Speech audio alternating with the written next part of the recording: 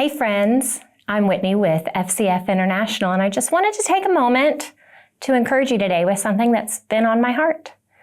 You've probably heard the saying, you become the company you keep. Whether it's from your own experience as a parent or just being around kids, I'm sure you've heard people say, you know that if you hang around stinky people, eventually you start to stink. I tell my kids that all the time. If you're around negative people long enough, their negativity can rub off on you too. When I was in high school, I was an aide for a 4th grade class. Unfortunately, I was scheduled to be in that class after the recess.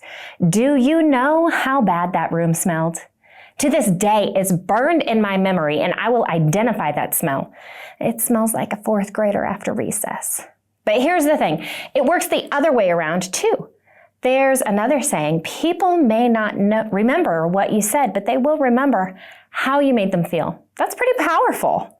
Everywhere Jesus went, the Pharisees were there trying to challenge him, doubt him, and belittle him.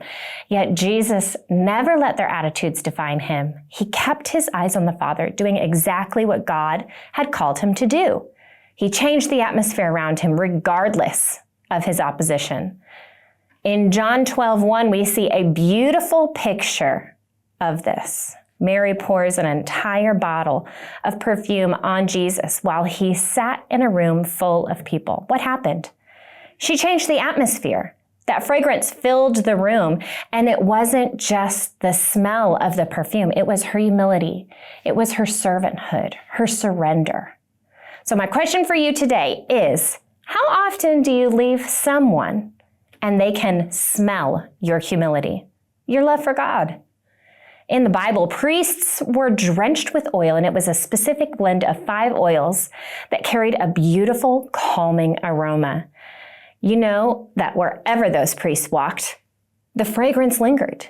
People knew a priest had been there just from the scent in the air.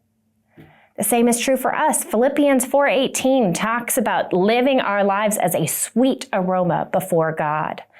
And in 2 Corinthians 2:15, it says that we are the sweet fragrance of Christ. Think about that. We are his fragrance, and people can smell that when we walk in a room. So I want to encourage you today to think about what kind of aroma you're leaving behind. Do people know you love and follow Christ by the way you live and the way you make them feel? What are they smelling when you leave? My prayer is that our lives are to be a sweet aroma, pleasing aroma that points people to Jesus. Be blessed, friends. Let's make sure we're leaving behind the fragrance of Christ wherever we go.